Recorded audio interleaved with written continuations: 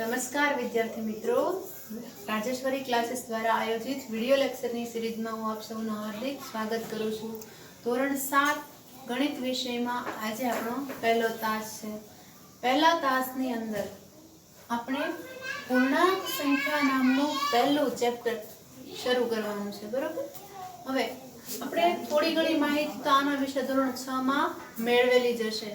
હવે એમાં આગળની માહિતી આપણે મેળવી લઈએ। પહેલા તો સંખ્યા છે ને ઘણા બધા પ્રકારની આવે, એમાંથી એક છે પૂર્ણાંક સંખ્યા। કેવા પ્રકારની સંખ્યા આવે તો કે પ્રાકૃતિક સંખ્યા। પહેલી સંખ્યા પ્રાકૃતિક સંખ્યા।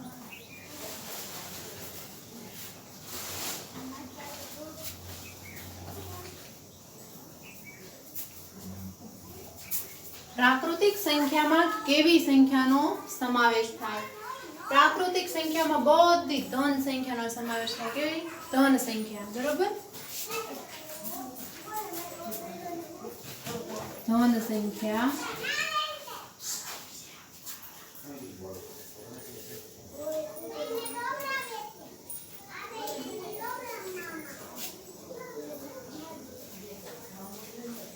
ધન સંખ્યા કેવી છે તો કે અસંખ્ય છે।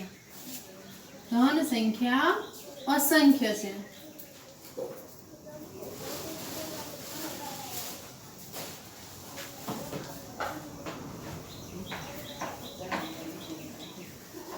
ઉદાહરણ તરીકે કઈ સંખ્યાને ધન સંખ્યા કહેવાય તો કે 1 2 3 4 આ રીતે તમે આગળ વધતા જાઓ તો આ બધી સંખ્યા છે ને ધન સંખ્યા કહેવાય। કેવી તો કે ધન સંખ્યા, બરોબર। હવે આ બધી ધન સંખ્યા છે એને સંખ્યા રેખા વિશે પણ તમે ધોરણ 6 માં માહિતી મેળવેલી છે। સંખ્યા રેખા ઉપર આ દરેક સંખ્યાને કઈ બાજુ દર્શાવવામાં આવે તો સંખ્યા રેખા પર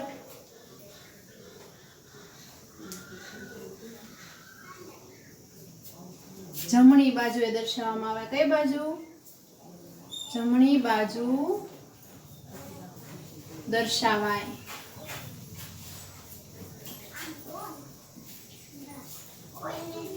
પ્રાકૃતિક સંખ્યામાં કોનો સમાવેશ થાય તો કે પ્રાકૃતિક સંખ્યામાં દરેક ધન સંખ્યાનો સમાવેશ થાય, બરોબર। ધન સંખ્યા અસંખ્ય છે। ધન સંખ્યા કેવી છે? અસંખ્ય છે।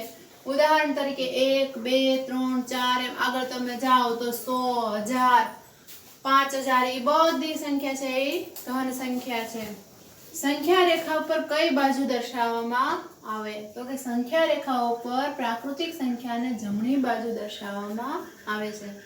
પ્રાકૃતિક સંખ્યાની શરૂઆત ક્યાંથી થાય તો કે 1 થી, એટલે કે નાનામાં નાની પ્રાકૃતિક સંખ્યા।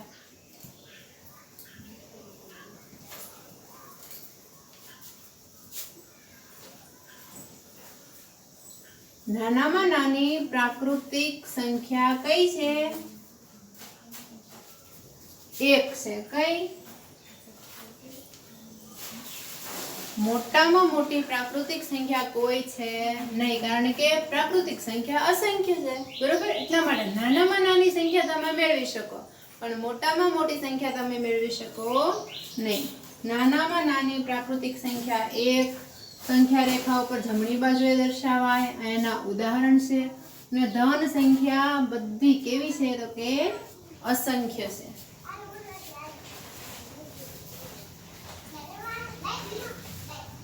આ થઈ આપણી પ્રાકૃતિક સંખ્યા વિશેની માહિતી।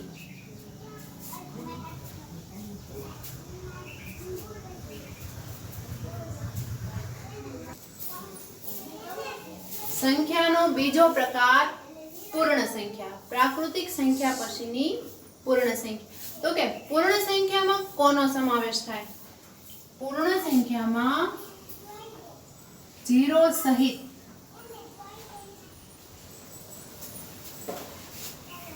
ધન સંખ્યાનો સમાવેશ થાય।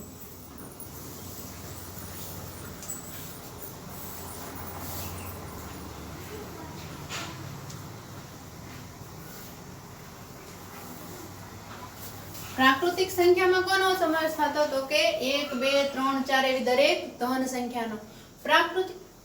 પ્રાકૃતિકની જગ્યાએ પૂર્ણ સંખ્યામાં થોડુંક ઉમેરાણો. શું ઉમેરાણો તો કે એક 0. બરોબર. ઉદાહરણ જોઈએ આપણે. 0 થી લઈ આગળની દરેક પ્રાકૃતિક સંખ્યા છે ને પૂર્ણ સંખ્યા છે. લ્યો હા 1 2 3 4 પછી અસંખ્ય. આ જે ડોટ ડોટ ડોટ છે ને એનો મતલબ થાય અસંખ્ય. આનાથી ઘણી બધી સંખ્યા આગળ આવેલી છે. આ 0 એક ઉમેરી દો ને પ્રાકૃતિક સંખ્યામાં એટલે એ કેવી સંખ્યા બની જાય? પૂર્ણ સંખ્યા. પ્રાકૃતિક સંખ્યાને પૂર્ણ સંખ્યા કહી શકાય, પરંતુ પૂર્ણ સંખ્યાને પ્રાકૃતિક સંખ્યા કહી શકાય નહીં. શા માટે? તો કે પૂર્ણ સંખ્યામાં 0 નો સમાવેશ થાય.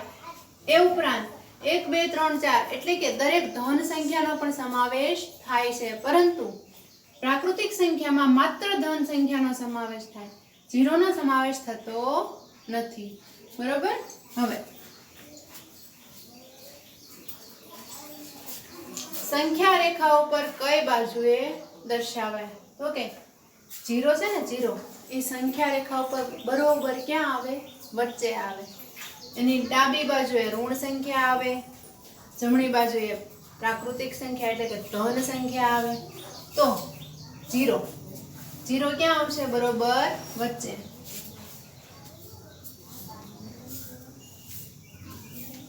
સંખ્યા રેખા પર 0 વચ્ચે અને ધન સંખ્યા 0 ની જમણી બાજુ.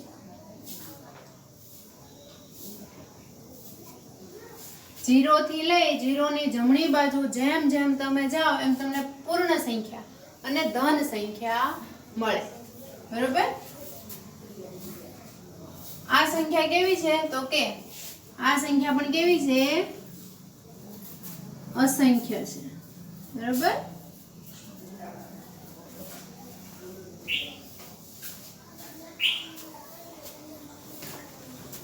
હવે પૂર્ણ સંખ્યા વિશે માહિતી મેળવ્યા બાદ આપણે માહિતી મેળવવાની છે પૂર્ણાંક સંખ્યા, જે આપણા ચેપ્ટરનું નામ છે. બરોબર. હવે પૂર્ણાંક સંખ્યા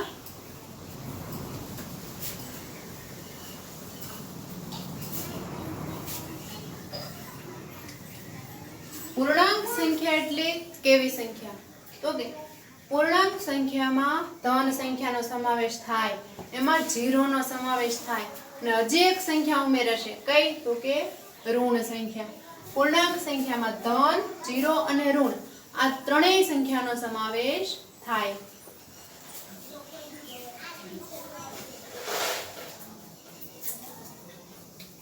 ધન, ઋણ ને 0 ત્રણેયનો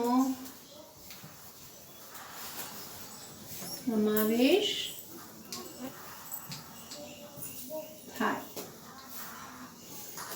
હવે ઉદાહરણ તરીકે તમે જોઈ લ્યો તો -2 પછી એમાં પણ જેમ જેમ તમે ડાબી બાજુ જતા જાઓ ને એમની સંખ્યા કેવી હશે? અનંત હશે, અસંખ્ય હશે. -1 એની પછી આવશે 0, ની પછી 1, ની પછી 2. તમે જેમ જેમ આગળ જતા જશો એમ ધન સંખ્યા પણ વધતી જશે. પૂર્ણાંક સંખ્યામાં એક થોડીક નવીન વાત છે, જો આપણે સંખ્યા રેખા દ્વારા સમજીએ. આ એક સંખ્યા રેખા છે. બરોબર. આ એની કઈ બાજુ છે? તો કે ડાબી બાજુ. આ એની જમણી બાજુ. અને 0 ક્યાં આવશે? તો કે બરોબર વચ્ચે. જો આપણે 0 ને વચ્ચે રાખ્યો. આ એની ડાબી બાજુ, આ એની જમણી બાજુ. જમણી બાજુએ કઈ સંખ્યા આવે? ધન સંખ્યા. લખીએ આપણે 1 2 3 4 એની ડાબી બાજુએ કઈ સંખ્યા આવે તો કે ઋણ સંખ્યા -1 -2 -3 -4 આ રીતે ડાબી બાજુ તમે જેમ જેમ જશો એમ સંખ્યા રેખા આગળ વધતી જશે અનંત સુધી એ જ રીતે જમણી બાજુ તમે જેમ જેમ આગળ જશો તેમ ધન સંખ્યાની સંખ્યા રેખા પણ વધતી જશે હવે જો આપણે જોઈએ આ 0 છે ને 0 એ ધન 1 કરતા નાની સંખ્યા છે પણ 0 ઋણ 1 કરતા કેવી સંખ્યા છે મોટી છે બરાબર સંખ્યા રેખા ઉપર તમે જેમ જેમ 0 ની જમણી બાજુ વધતા જાવ ને એમ સંખ્યા તમને મોટી મોટી થતી જશે બરાબર જેમ કે 0 કરતા 1 મોટા 1 કરતા 2 મોટા 2 કરતા 3 મોટા એ જ રીતે તમે 0 ની જેમ જેમ ડાબી બાજુ જતા જશો તેમ સંખ્યા કેવી થતી જશે નાની નાની થતી જશે તો કે 0 કરતા -1 કેવા છે નાના છે -1 કરતા -2 નાના અહીંયા 1 કરતા 2 મોટા હતા પણ અહીંયા -1 કરતા -2 એટલે કે ઋણ 1 કરતા ઋણ 2 કેવા છે નાના છે બરોબર પછી ઋણ 2 કરતા ઋણ 3 કેવા છે નાના તમને આવું કીધું હોય -100 અને -1 આ બે માંથી કોણ નાનું અને કોણ મોટું તમે આવી કઈક નિશાની ભણ્યા હશો લેસ ધેન ગ્રેટર ધેન થી કરતા નાનું અને થી કરતા મોટું બરોબર આ બે વચ્ચે તમને જો આ બે પૈકી એક નિશાની મૂકવાની કહે તો તમે કઈ નિશાની મૂકો ઓકે જે નાનું હોય ને એને કોણી મારવાની છે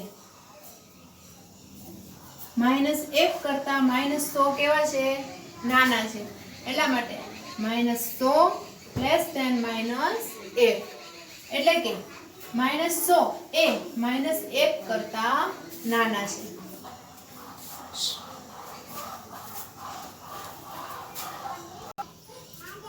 હવે જેમ પ્રાકૃતિક સંખ્યામાં સૌથી નાની પ્રાકૃતિક સંખ્યા 1 હતી એ જ રીતે પૂર્ણ સંખ્યામાં સૌથી નાની સંખ્યા કઈ હતી 0 પણ પૂર્ણાંક સંખ્યામાં તમે સૌથી નાની કે મોટી સંખ્યા મેળવી શકશો નહીં કારણ કે પૂર્ણ સંખ્યામાં સંખ્યા રેખા બે બાજુ વિસ્તરે છે ધન બાજુ પણ એટલે કે જમણી બાજુ પણ વિસ્તરે છે અને ડાબી બાજુ પણ વિસ્તરે છે જમણી બાજુ તમે જેમ જેમ આગળ જતા જાઓ એમ ધન સંખ્યા વધતી જાય ડાબી બાજુ તમે જેમ જેમ આગળ વધતા જાઓ એમ ઋણ સંખ્યા વધતી જાય એનો બેયનો ક્યાંય અંત છે નહીં એટલા માટે અમે તમે સૌથી નાની કે સૌથી મોટી સંખ્યા છે એ મેળવી શકશો નહીં બરોબર હવે આપણે માહિતી મેળવશું અસમય સંખ્યામાં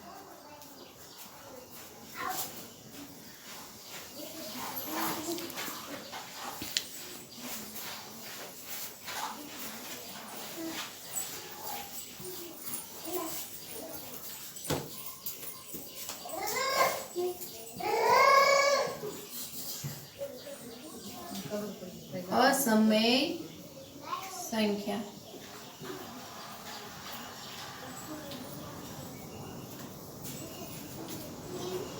અસમય સંખ્યામાં કોનો કોનો સમાવેશ થાય ઓકે પ્રાકૃતિક સંખ્યા બધી જ પ્રાકૃતિક સંખ્યા પછી પૂર્ણ સંખ્યા પૂર્ણાંક સંખ્યા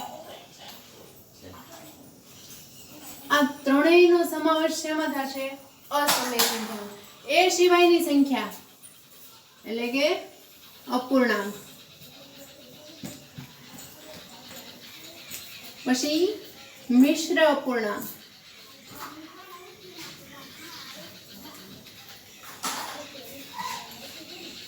અપૂર્ણાંકને તમે દશાંશ સંખ્યા પણ કહી શકો પ્રાકૃતિક પૂર્ણ પૂર્ણાંક અપૂર્ણાંક મિશ્ર અપૂર્ણાંક એ સિવાય અમુક સંખ્યાને તમે સંકેતમાં દર્શાવતો ધારો કે પાઈ પછી થીટા આવી વિવિધ સંખ્યાનો સમાવેશ તેમાં થાય અસમય સંખ્યામાં બરોબર હવે અસમય સંખ્યાનું તમે ઉદાહરણ લ્યો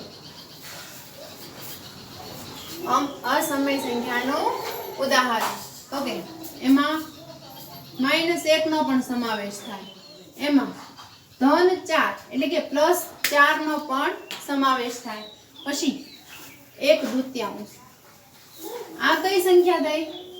અપૂર્ણાંક સંખ્યા. બરોબર. પછી 0. પછી 1.4 પંચમાંશ. 1.4 પંચમાંશ. આ કઈ સંખ્યા થઈ? મિશ્ર અપૂર્ણાંક. પછી પાઈ. પાઈની કિંમત લગભગ તમને બધાને ખબર હશે. કઈ છે? તો કે 22 સપ્તમાંશ અથવા 3.14. આ દરેક સંખ્યા છે એ કોના ઉદાહરણ છે? તો કે અસમય સંખ્યાના. અસમય સંખ્યામાં પણ કોઈ નાની સંખ્યા કે કોઈ મોટી સંખ્યા છે નહીં, કારણ કે એનો કોઈ અંત છે નહીં. હવે આગળના લેક્ચરમાં આપણે પૂર્ણાંક સંખ્યા વિશે વિશેષ માહિતી મેળવશું. પૂર્ણાંક સંખ્યામાં તમારે બે ધન સંખ્યાનો સરવાળો અથવા એક ધન અને એક ઋણ સંખ્યાનો સરવાળો અથવા બંને ઋણ સંખ્યાનો સરવાળો, બરોબર, એના ગુણાકાર, એના ભાગાકાર, એના વિશે ભણવાનું છે. એના વિશે આપણે આગળના લેક્ચરમાં માહિતી મેળવી લેશું.